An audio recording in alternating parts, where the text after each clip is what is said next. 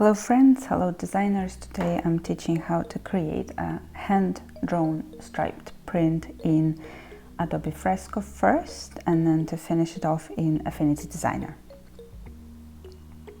There's a lot of material online that shows you how to create one of these pretty common coordinating prints to your collection in Adobe Illustrator. However, we all know that subscriptions is very expensive, and there are much cheaper alternatives like Adobe Fresco, which is absolutely free, and Affinity Designer, which is affordable. So this is what I'm doing today.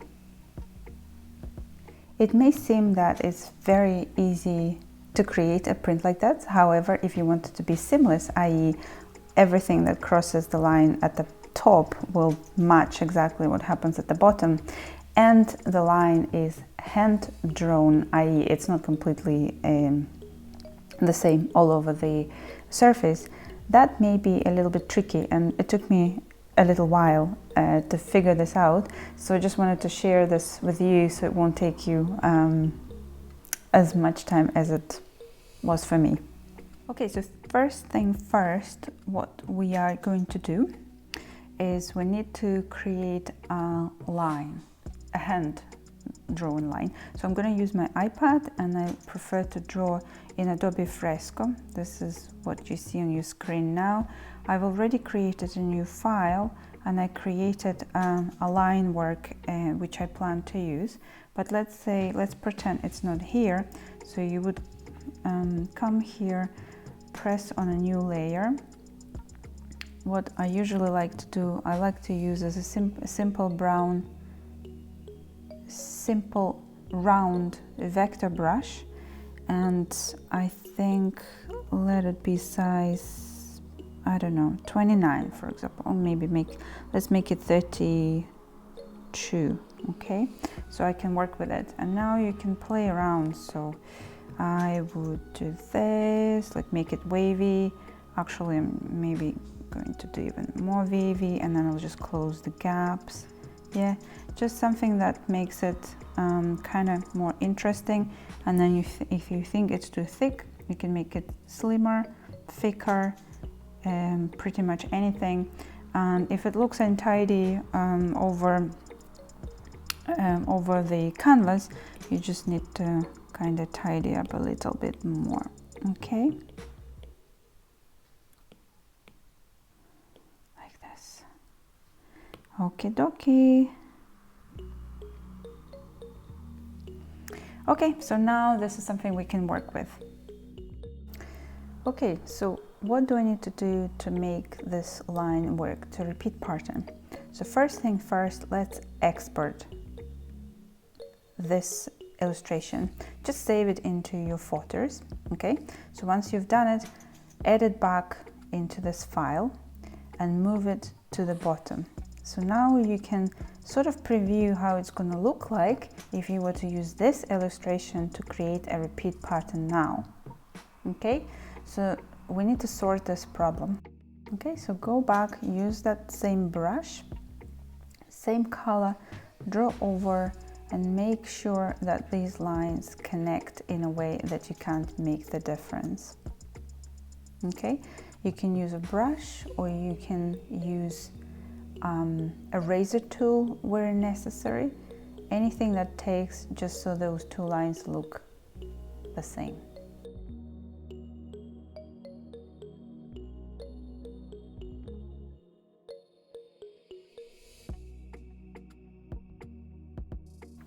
Okay, so I zoom out and I can see that they look okay.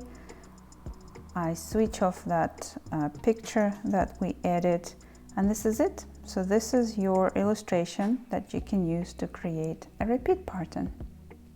I know it looks odd, but let's use PROCREATE to have a look if what we've done is enough. Okay, so I'm just going to go back to PROCREATE, create a repeat pattern out of this photo. So all I need to do is duplicate it, select it, and move it to the bottom, and check if these lines connect, and I can't make the difference. It works. Okay, so now you're good to go. I'm gonna go back to Adobe Fresco. So now I know that this illustration works.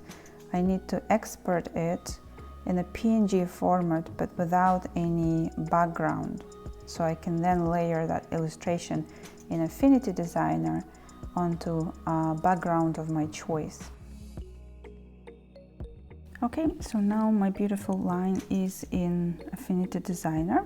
All I need to do is repeat it. So I know if I go back here, I'll show you. My canvas, my print is 1000 by 1000 pixel right now. So if I move the line by, let's say, 100 pixel to the right and left, it should repeat and look nicely. So all you need to do, you come here, you select the layer, and you come here and press duplicate. Now you press on this sign here, and it shows you the illustration position on X and Y surfaces.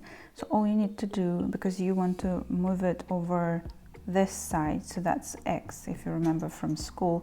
So you press over here and you press plus 100, okay? And your line moved. Actually, the line is too thick, probably 550 would be best. Plus 100. Okay, that looks much better. Okay, so we're moving around them by 150. Okay, so I've selected the second layer and I go here and I press duplicate. And Affinity Designer is pretty clever. It kind of already knows what you're going with. So it's just going to start moving it with the same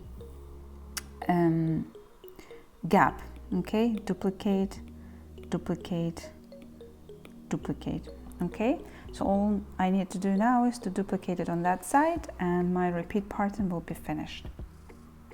Okay, I hope you guys enjoyed this video. It certainly took me ages to find an easy technique to do this, because I love stripe prints. I think they are sort of most popular after botanical prints that are out there, and I think this should be helpful to somebody like you if you like to make print design.